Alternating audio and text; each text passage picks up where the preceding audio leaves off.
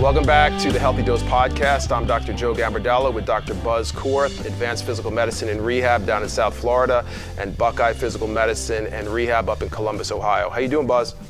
Hey, what's going on, Joe? Hey, everything is great. We got the Super Bowl coming down here to Miami. Lots of busy people running around South Beach, having a good time. We're expecting snow this weekend. Oh my gosh. Well, let's warm people up with some hot topics.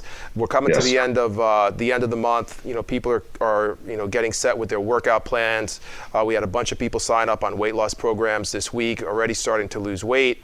So kind of the next topic really that makes the most sense to talk about is injuries and injury prevention. Some of the most common things that we'll see in a physical medicine practice. I know up by you work a bunch with athletes. You worked in conjunction with a lot of the pro teams up there, on and off with Ohio State. Down here, we've been on and off with FIU and did quite a bit of work with University of Miami some years back. So, the injuries that we see are common to the high school, college, as well as the professional. I think one of the good places we can start off is work our way out. So we'll start with the spine. Some of the common neck injuries or lower back injuries that we see. Sometimes people wake up with them. Sometimes they get it after working out. Sometimes it happens while they work out. What happens, Buzz, let's say a patient works in. I think people really want to hear about the screening process that we have at our physical medicine centers, how meticulous it is, how diagnostic it is. You mentioned, I guess, take a step back, you mentioned a great story before we got on about a patient that you were working with who was diagnosed with hip pain. I think everybody needs to hear about this. Yeah, so, and this happens all the time. We had a patient that had a prior hip surgery and started developing pain in like his butt region, on the same side as where he had the hip surgery. Has been treating at different medical doctor's office and even orthopods for the past year. And they really focused treatment on the hip area. And the pain was progressively getting worse. So then they actually did a cortisone injection on his knee. And then someone had said that the pain, they thought it was referring up from his knee, which is not possible. But, and out of desperation, a lot of times we get the people when nothing else has worked out, right? Right. This guy shows up to our office, and within 2 minutes, I was like, has anyone looked at your back? Because we know, back pain often, you can have a back injury and have no back pain. You would have pain in your butt, pain in your groin, pain behind your knee, pain in your foot.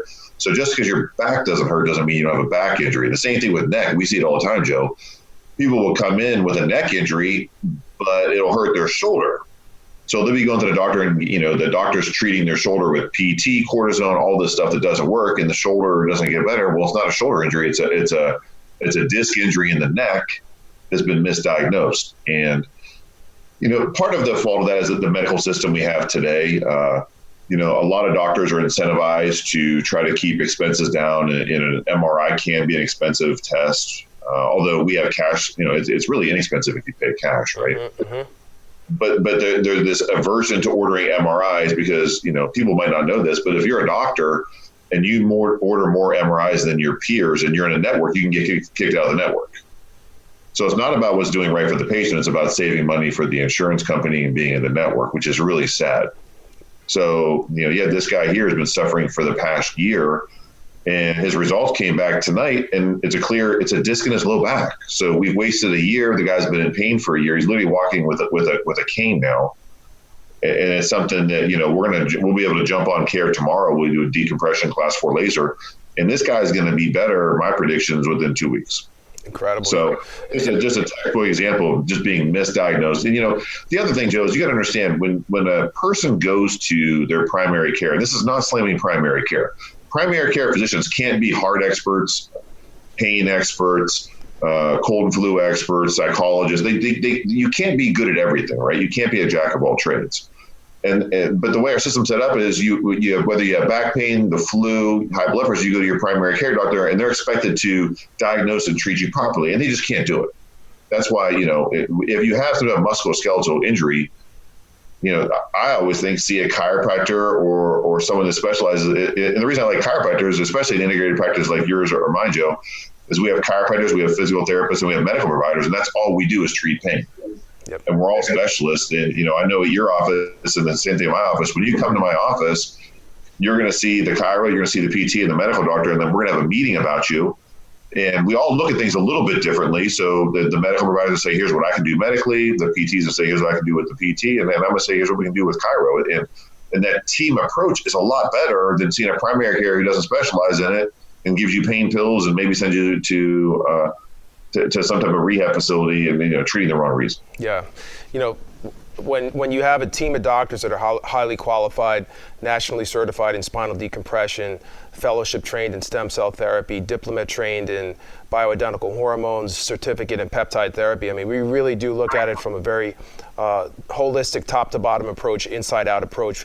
One of the things we learned way back when we were studying biomechanics and how the body works is never to isolate a single joint. I think it's almost a minority of times that one joint malfunctions at a time. You have to look at what they call a kinetic chain, right? If somebody has knee pain, you got to look at the hip, you got to look at the foot.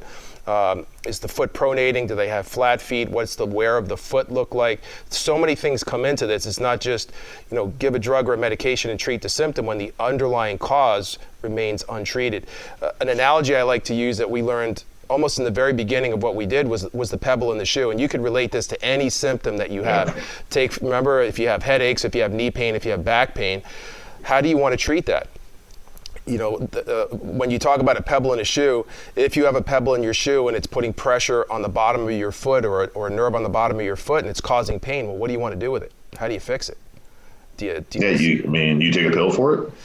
I guess you could take a pill, and then eventually what happens when the pill wears off? There's still pressure on the bottom of your foot, it's still there. So we uncheck that box or cross that off. We can massage it, we can exercise it, we can give it all the nutrition we want, but if there's still pressure on a nerve on the bottom of the foot, you're still going to have pain. You just kick the can down the road. So what makes the most sense is do the simplest things first, analyze the posture, analyze the spine, see if there's biomechanical changes, pressure on nerves. You really simply take the pressure off of the nerve, and how do you think the patient feels? You get the hard bone off the soft nerve. That's it. And then any other problems that have arisen in the muscle over time because of poor biomechanics, because of improper training, bad form. If there's a muscle injury, if there's a joint injury, then we can isolate and treat those as well. But we've started from the inside out, top down, and that's how we're really able to treat these people as a whole and do it without side effects and do it safely. When someone has, I like to say here, if the joint bends, there's going to be a problem with it over time. So when you're working out, what bends? The neck, the lower back, the shoulders, the elbows, the knees, the feet. That's why people come to see us. When people get in trouble working out or because of age, rarely do they come in and say, the middle of my leg hurts or the middle of my pec hurts. It's always my elbow hurts, my neck hurts. It's the part of the body that moves the most. We keep it simple because we really look at it at a cellular level as well. There's three basic cells that we look at when we're talking about healing: white blood cells, red blood cells, and stem cells. White blood cells have a function really to measure the function of the immune system at different times. You can tell if the body is battling a bacterial infection, a viral infection, an opportunistic infection, just by looking at those levels, which we can in our office because both of us have full labs here. Then you have the red blood cell, which function is to take oxygen from the lungs to different tissues of the body and bring it back to get reoxygenated. And then the stem cell. And really, they all work together. So your patient, Buzz, who had that lower back injury that has that herniated disc, let's talk about why that is not going to get better by itself without treatment. We give an analogy, sorry, Buzz, of almost trying to get toothpaste back into a tube. It can't happen by itself. Yeah, a herniated disc or bulging disc, there's a lot of different names for these things. What I've heard: herniations, bulge, ruptured. They're all the same thing. And basically what that, the analogy I like to use is it's like a jelly donut, right? And the jelly is starting to leak out of the donut, right? It's torn through the dough and it's leaking out.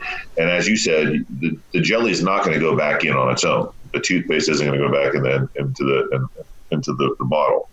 So, and these things, the other key thing to understand is if you have a disc injury in your spine anywhere, it always gets worse. It progresses. And when I say it always progresses and get worse, it progresses to the point where if you don't do something about it, you're going to need surgery. And a lot of people say, well, I'll never have back surgery. If your back pain is bad enough, you'll have back surgery, right?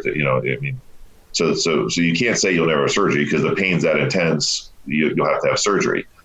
The good news is with the technologies we have, decompression, cold laser, the use of allograft with stem cells, these things, we heal them every single day in our office. I mean, these are people that have been told you have to have a back surgery. There's nothing else you can do. We've done everything possible. And that's just not the case. The body, if you're alive, you can't heal. You may need some assistance, whether that's using an allograft of stem cells, laser, shockwave. We have lots of different tools in our toolbox. But what's unique about our practices is we really focus on getting the body to heal itself. Could be using bioidentical hormones, could be using peptides. There's no cookie cutter, right? I mean, every person who comes in is an individual. But if you're alive, we can help. Now, if you're dead, we can't help you. Right. But if you're alive, you have the ability to heal. If you doubt that and you're listening to this, if you got cut, would your cut heal? The answer is yes. If I get cut, it heals. Then why doesn't your back heal? Why doesn't your disc heal? It just needs help. Yep. Let's go into a little bit more depth about treating these disc injuries. 80% of people over the age of 60 are going to have degeneration. Almost 95%, as a matter of fact, are going to have some sort of degeneration in the disc, meaning they can't absorb stress. So that all of that stress goes to the disc. When all roads lead to the disc, eventually the nerve is going to become inflamed and irritated. So patients, you're sitting out there, you're listening in your car, you're sitting with your family listening to the show. You have leg pain, back pain. It gets worse when you cough or sneeze. If you're taking a medication that's an anti-inflammatory, if you're taking a muscle relaxer or an opioid, with 100% certainty, you're treating the symptom with very poor results, most likely, because the underlying cause is not touched by any of those medications. When you come into an office like ours and you're cleared, you've gone through your x-rays, you have the MRI, we know exactly how to treat that disc. A lot of the work that we do is based on Dr. Norman Shealy. He's a medical doctor out of Harvard University. He's probably the most published doctor on spinal decompression in the world, done more studies on that. And when we find out if the disc is dried out, if it's bulged, which is an early stage herniation, if there's a full-blown herniation, really you simply get on the table, let the table do the work with these protocols, and you get better. Yeah. And using the laser, the allograft containing stem cells, this is actually turning back the clock of time, turning back the aging process to get the outer layer of the disc to heal. So you've controlled and contained that disc so that it's actually healed and you can go on with your daily lives, and you're not doing the damage to your kidneys, to your intestines, and to your liver by taking these medications to block the pain. Yeah, and a lot of people don't realize too, the first thing this person said when they came in today is they said that the doctor who'd been misdiagnosing him the whole time, he took the MRI we had and called his doctor. The doctor's like, oh, yeah, you have this herniation here. We can do an epidural, and that might help for a little bit. Mm-hmm. So what people don't understand is epidurals, cortisone injections, any corticosteroid injection, which is common practice, right? This stuff causes bone and ligament degeneration and damage. So you have this guy here who's in his 70s, already has a herniated disc in his back, and now you're going to put cortisone in there to damage the tissue and disc more. There's no logic to that whatsoever. And the same thing with pain meds, like you talked about, Joe. The analogy you gave was great, the pebble in a shoe. If you have a rock in your shoe, you have a hard rock on a soft nerve, it hurts, right? And you walk around. So taking corticosteroid, opioid, pain medication, whatever you call, would be the equivalent of taking that medication for a rock in your shoe. Would that make any sense? Not at all. Because at the end of the day, you still have a hard rock on a soft nerve.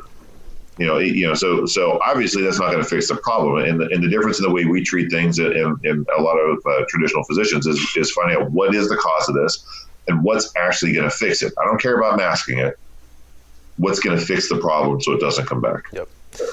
And all of those medications that are used, they come with specific instructions. I love asking my patients, when's the last time you read the bottle of aspirin? When's the last time you read the back of the bottle of ibuprofen? Because there are specific instructions on how to take that, specific instructions on the side effects that they cause, specifically the increased incidence of cardiovascular episodes, including stroke from taking anti-inflammatories, ibuprofen bought over the counter.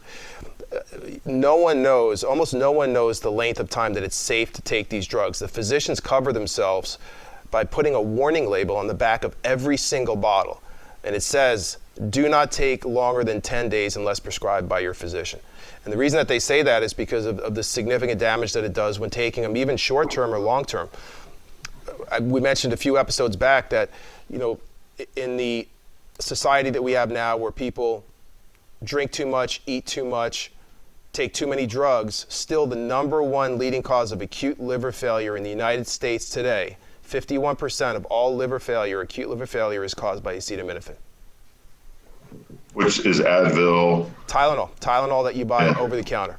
Absolutely incredible. It still floors me, that statistic, when I hear That's in people. hydrocodone too, I think, right, Joe? With the opioid mixed with it. Yeah.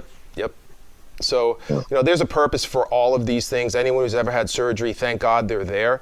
But for management of chronic conditions or even acute conditions that become chronic, that are being treated over the course of weeks and months, these are definitely not the safe or effective option. Well, a lot of people don't realize too, ibuprofen can be deadly also. We're talking about Advil. People assume because you can go to like a discount store and buy a 1,000 count of an Advil or a Tylenol, that these medications must be safe. I can send my 13-year-old son to go buy it, so it must be safe. You don't have to worry about it. But it could be farther from the truth. Taking Advil long term increased cardiovascular risk and gastrointestinal, kidney, liver problems also. So just because you can buy 1,000 at a time and it's over the counter doesn't mean it's safe to knock all the directions. Exactly. And at the end of the day, and the other thing that we even know from doing a lot of the allograft stem cells, taking Advil and these NSAIDs in particular also inhibits cartilage growth, because of the prostaglandin effect. So if you have an arthritic joint and you're taking Advil on a daily basis, not only you are putting yourself at risk for gastrointestinal and other problems, but your body's going to literally quit growing cartilage. Yeah. So it makes no sense to take for arthritic long term. These medications, they're not bad medications. They're meant for short term use. You stub your toe, you have a minor procedure done. I have no problem with someone taking these medications short term, just like the bottle says. But when you get, taking them 2, 3, 4 weeks at a time, and there's people out there that take them daily, so bad for you. When we come back after this, Buzz, we are going to speak about allograft-containing stem cells, how they're used to treat conditions like lower back pain, how we get the body to actually utilize these cells so the body could heal itself, whether it's the lower back, the neck, the knee, or the shoulder. And we're going to do that right after this break. Repair your body, replace your key hormone levels, allow your body to regenerate itself without surgery or meds. When it comes to your health, the best plan is preventative. If you wait for symptoms to show, you could be too late. With over 40 years of combined clinical experience, all under one conveniently located state-of-the-art facility, Dr. Joe is on the leading edge of regenerative and physical medicine. Take control of your health and get a free consultation and evaluation. Visit us at apmrmiami.com or call 305-598-8788. 305-598-8788. 305-598-8788. Now we're back with Dr. Buzz up in Columbus, Ohio. I'm Dr. Joe down in Miami, Florida. We were speaking about non-surgical solutions to lower back pain, how to treat knee pain, shoulder pain. Really the basic premise is we want to do it non-surgically without drugs, and we want to get the body to heal itself, just like it has for the majority of our life. Dr. Buzz, allograft containing stem cells, that's definitely one of your subspecialties. I know you've dedicated a large portion of your life and practice toward researching these cells, finding out which cells are compliant, how to use them in orthopedics, how are these cells used in our body. I'm going to just get the conversation started by saying that in orthopedics, there's primarily two types of stem cells that are commonly used. Stem cells that come from bone marrow and stem cells that come from umbilical cord tissue. We call these allograft-containing stem cells. There's a really appropriate use for a bone marrow graft or a bone marrow transplant, and there's a very appropriate use for using these allograft-containing stem cells. They're not synonymous. They cannot be used interchangeably, and the results are really dictated on using the right type of cells for the right type of condition. We'll focus a lot of our conversation on specifically the joint, but maybe you can touch on, Dr. Buzz, how some of these blood type stem cells are crossing over into treating joints, and the effects that that's having on the overall conversation. Yeah, so we both learned a lot. Joe and I have been using allografts that contain stem cells for like 4 or 5 years now at this point, Joe. Yeah. And we found it worked so well for our practice. Dr. Gambardell and myself actually got fellowship trained in stem cells through George Washington University, just because there was so much misinformation out there, and we wanted to really, do that fellowship program, and we learned a tremendous amount. And not only did I learn a lot what I really know would help my patients, but I also learned a lot that makes no sense, no clinical rationale. And as Joe said, at this point, the only two compliant products would be bone marrow aspiration, and you can harvest stem cells from that, or Wharton's jelly, which is the center of the umbilical cord, that Wharton jelly tissue from females that have a C-section birth and they donate the umbilical cord. There are umbilical cord blood products out there that I don't want people to confuse. Umbilical cord blood has recently been defined as a drug by the FDA, but it's not approved for orthopedic use. So if a physician's using umbilical cord blood to treat your knee pain or to do an IV or do anything other than a cancer treatment, he's really doing a non-approved drug, and it could be criminal charges. So hopefully your physician's not doing that if you're listening. And then you also, body fat, we actually both used to do this, Joe. We used to be able to take body fat and spin it down and harvest the stem cells from that, but the FDA has defined that as a drug also. So once again, illegal for use in the United States. And then the final thing there's been a lot of talk about recently is this product called exosomes. Exosomes are secreted from stem cells.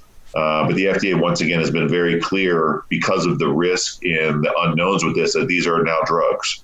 And they're not approved drugs, and they're not approved for anything, so you can't use them off label. So if your physician is using cord blood, exosomes, or adipose, they're breaking the law at this point. Now, as I say that, there's physicians out there all across the country doing it, just trying to educate the public. So what we're left with is bone marrow and umbilical cord tissue, or Wharton's jelly. Now, I'll tell you, bone marrow is great if you have some type of blood cancer, because there's all these different types of stem cells, and bone marrow is loaded with what we call a hematopoietic, or a blood stem cell. So, if unfortunately you have a blood disease like leukemia, you would want a blood stem cell, and bone marrow is very logical. But if you have an orthopedic condition, the type of condition you want for orthopedic injuries is called a mesenchymal stem cell, or mesenchymal, depends how you pronounce it.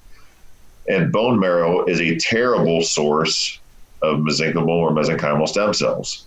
I think the average 40-year-old male, only 1 in every 10,000 of the cells, stem cells there, are the mesenchymal, and as you get older, that percentage goes down. So as you can see, there's no clinical rationale. It'd be the same if you have blood cancer, you wouldn't want umbilical cord tissue, you'd want bone marrow. Well, the same holds true. If you have an orthopedic condition, you wouldn't want bone marrow, you would want the umbilical cord tissue. Now, the beauty of the umbilical cord tissue is, number one, it's from elective C-section births. And as you know, more and more females are having C-sections in the United States. There is an abundance of this tissue. There is no short supply.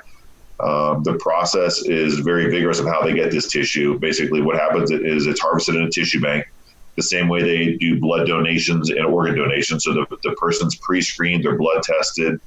All of the tissues go through a complete serology test for all known bacteria and viruses. And if it passes that whole process, that's what we're using in our practices. And when you add this Wharton's jelly tissue from umbilical cords, the cushioning and structural support that it provides to your arthritic joints propagates the body to heal itself. And, I think between both of us, we've done about 8,000 procedures, Joe. We've done probably more than in the Eastern United States. Our success rate is well over 80%. And that's crazy because we're dealing with the worst of the worst people. Mm-hmm. You put these tissues in there. We use our other ancillary therapies. We're doing ozone therapy, class 4 laser, shockwave with this to improve the viability of the cells and improve that cushioning and structural support. And we're literally taking people scheduled for surgery and returning them back to life without surgery. Yeah, it's incredible. And that's real here today. You mentioned it, Buzz. It's getting the body to heal itself by doing these procedures, specifically the allograft-containing stem cells with laser, with shockwave therapy. We're taking a tremendous amount of stress off the body. So really what happens is the stem cells that already are in the body, even though they're older, they start to work better. They're becoming more active. They're starting to release more of these growth factors. And the body's usually utilizing these growth factors to work on the tissue that's been damaged. And what does a patient feel typically when the therapy is becoming successful? They start to move better. They can get in and out of cars easier. They're less stiff when they wake up in the morning. I tell patients one of two things is going to happen within the first 6 to 8 weeks of this therapy, and oftentimes sooner, is the intensity of the pain is going to decrease significantly, and or the frequency or duration of the episodes is going to decrease. So in other words, pain's going to go down, or the number of episodes that you have are going to decrease, or the length of time that you have them are going to decrease. And eventually, as 6, 8, 12 months pass, it's really the opposite of drug therapy, where drugs become less effective over time and the pain increases over time. This is typically something that really is a light at the end of the tunnel, or a rainbow that you're seeing with a pot of gold at the end at the end of the rainbow. Is people are healing over time. It really almost defies medical science. But the body is always an amazing organism, just like we learned the first day when we went to school. Yep. I always tell people when they get these procedures done, what we expect as far as progression is, at least 10% improvement in a month for about 9 or 10 months. So we're not going to know the outcome for 10 months, right? So, and that's important to set people up, because we're so used to, you have pain, you take a pill or get a shot and you feel better. Does nothing to heal it. You're masking it, but the pain always comes back, and it comes back with a vengeance because it does nothing to heal. And in most situations, hinders the healing process. When you're using these allografts, or you're using, I know we both use a lot of ozone injections in our practices. That class 4 laser, shockwave, these things we're talking about. These things get your cells to function better and heal better. Even peptides, bioidentical hormones. These are all things that allow your body to heal itself. And as we talked about earlier, if you're alive, you can heal. Mm-hmm. You just have to basically you just need some help, and that's what we specialize in. It's funny, Buzz, there's a lot of these clinics that were set up that were doing things that you mentioned that were compliant years ago that are not compliant now, that we used to hear bad press about some of the things that we were doing. Almost to the exact center, they're starting to utilize some of the protocols. And I don't get offended by that more people are doing what we're doing, but I'm very proud of what we did. We really forged ahead and set some standards in the profession that people look down on us, what they because of misinformation said that what we were doing wasn't going to work, and sure enough, we're the ones standing at the end with the type of therapies that we utilize. I see more and more clinics offering ozone, and the reason they're doing it is because it works.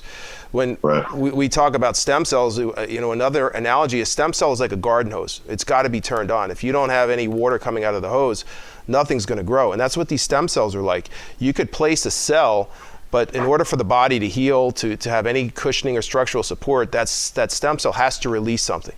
And what they release are these things called growth factors. And the growth factors are what your body uses to repair tissue. The more oxygen that those cells are exposed to, the more growth factors are going to be released. And that really dictates the level of recovery that you're going to have. I'm really proud of that. I know you are too, Buzz. You go all around the country and take calls from doctors all over the country, whether it's a pain management physician, an orthopedist, a physiatrist, phys med centers every day. Talk to us, about some of the changes that you've seen too. Yeah, so we were doing ozone and these allografts before 90% of people, and I do see more and more centers opening up, offering the same thing, and I always recommend that make sure wherever you're going, they've had some level of higher training. They didn't just buy the product and start doing it. The fellowship program we did through George Washington University is a great idea. And some type of formal injection training. But the cool thing now is you're seeing more, orthopedists getting into this field and medical doctors. I don't know that they'll ever fully adopt it, because at the end of the day, surgeons want to do surgery, and there's always going to be a need for surgery, because not every person's going to qualify for these procedures, right? Mm-hmm. But I think for a lot of people, it's going to give you an opportunity to avoid surgery. And at the end of the day, a gentleman that works for me, his father just had hip replacement surgery, and he wasn't a candidate for allografts. His hip was too bad, and he got infected. And Joe, I know you can speak to that too. And we're talking about this guy as a healthy guy, worked out every day. I want to say late 50s, and he literally almost died from the infection from the surgery. Mm-hmm. And Joe, I know you can speak to that too. You tore your pec. You're trying to lift that weight. I told you I did that day, and you got messed up.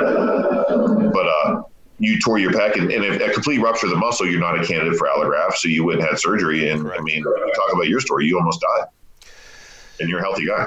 You know, yeah, Bez, I really almost blocked this story out because it's difficult to bring myself back to that place. It was a dark time, mentally, how I felt. But I was working out one night, just like I had so many others, and doing a bench press, and I knew it happened. I had to drop the weight.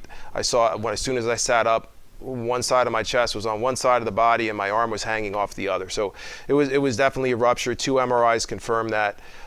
Went to a pretty amazing doctor that takes care of a lot of the local sports teams down here, and he did a good job putting me back together.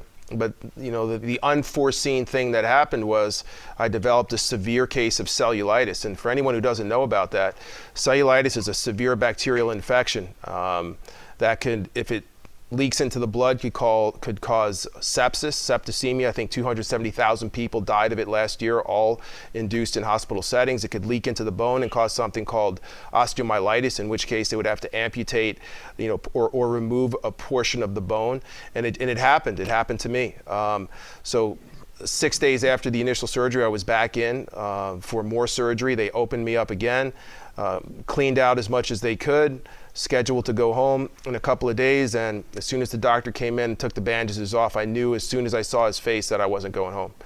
So he opened me up again, took out all of the the sutures and the implants, and basically said, we're going to leave you here until we can get a handle on this. And I was hospitalized for over a week, round the clock, spectrum antibiotics, IV antibiotics. And anyone who says antibiotics don't have side effects, have them come speak to me, because, they made my mind race. I couldn't sleep, insomnia. I was thinking about, would I ever be able to go back to practice, let alone do the things I like to do, like lift weights or anything else. And, like you said, from a 47-year-old healthy person that worked out his whole life, that talks about nutrition, keeping people healthy, keeping people out of hospitals, I found myself right there. And it was a very helpless feeling. And, luckily, because of, sound practice, all of the therapies that we have available to us, peptide therapy, ozone, finally this infection got out of my body and I was able to get back, somewhat to doing the things I like to do. It took over a year to become 100%, but I thank God every day for bringing me here and being able to speak to people with a lot of passion, knowing what it's like on the other side, that it doesn't always work out. The options that we present to patients, there really are no side effects. You're losing maybe time, but surgery can always be there. The point that we really want to make with a podcast like this is a first choice, not a last choice. When you do these therapies, prevention is the best medicine. If you're having shoulder pain and back pain and neck pain, diagnostics are really going to dictate how well that procedure goes. And the sooner you treat it, the better results that you're going to have. The sooner you use allograft-containing stem cells, the better results you're going to have. The sooner you use ozone, the sooner you use lasers, low-level laser therapy, class 4 medical lasers, the better results you're going to have. This is opposite of traditional medicine. We're not waiting long enough for the condition to get bad enough for insurance to cover it. No, we're treating it and letting the body treat the injury and heal, so that you can get on with life instead of getting onto a wheelchair or a cane. Right. And I think two things that I want to stress right here too is, number one, surgery is needed sometimes. So we're not here bashing surgery. There are situations where you need surgery. But just as important, just because one person or surgeons told you need surgeon doesn't necessarily mean you need it.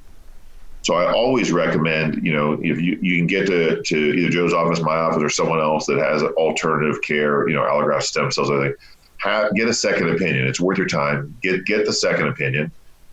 And you don't have to decide right away, but then take both options and make a choice. And lots of people come to my office, I'll say, you need surgery. But if you can do something we offer and avoid surgery, that's always going to be a better choice. Always. Getting the body to heal itself is always better than a surgery, because I don't care how good the surgeon is, the way God set you up from the beginning is always better. There's no artificial joint out there that's better than what God gave you. Yep. And the majority of people out there that are listening right now, the majority of people that have back pain that's debilitating never have surgery. The people listening out there that have excruciating knee pain, limiting them from going up and down stairs, sitting comfortably for more than 20 minutes at a time, never have surgery. The people that can't lift or do the things that they like to do because they have bad shoulders never have surgery. And so, your options are really clear. Either live with that, give up the things that you like to do, or do something that's safe, that's clean, that's effective, and get back to life, get back to doing the things that you like to do. So I'm excited to talk to you, Buzz, all the time. I'm always more motivated. I always learn from you. Up there in the Midwest, the Northeast, in the Ohio area, tell people how they can find you and your practice. Yeah, you can go right to our website, which is buckeyepmr.com. Check us out, or you can always email me too. My email is pretty easy. It's Dr. Buzz, so DRBUZZK @gmail. Either way, I respond to all my emails, or you can check out the website, which is buckeyepmr.com. And I'm Dr. Joe Gambardella down here in Miami, Florida. You can always find out more about us and our practice at apmrmiami.com. Our office number is 305-598-8788. If you're down here for the Super Bowl, rooting for the 49ers or the Chiefs, and you want to feel great for the game, make sure you look us up, apmrmiami.com. We're going to be back next time with Dr. Buzz. Email us at apmrmiami.com, or you can email me personally at drjpgamb, G-A-M-B, @gmail.com. Let us know what you want to hear about on future episodes, and we'll be back next time.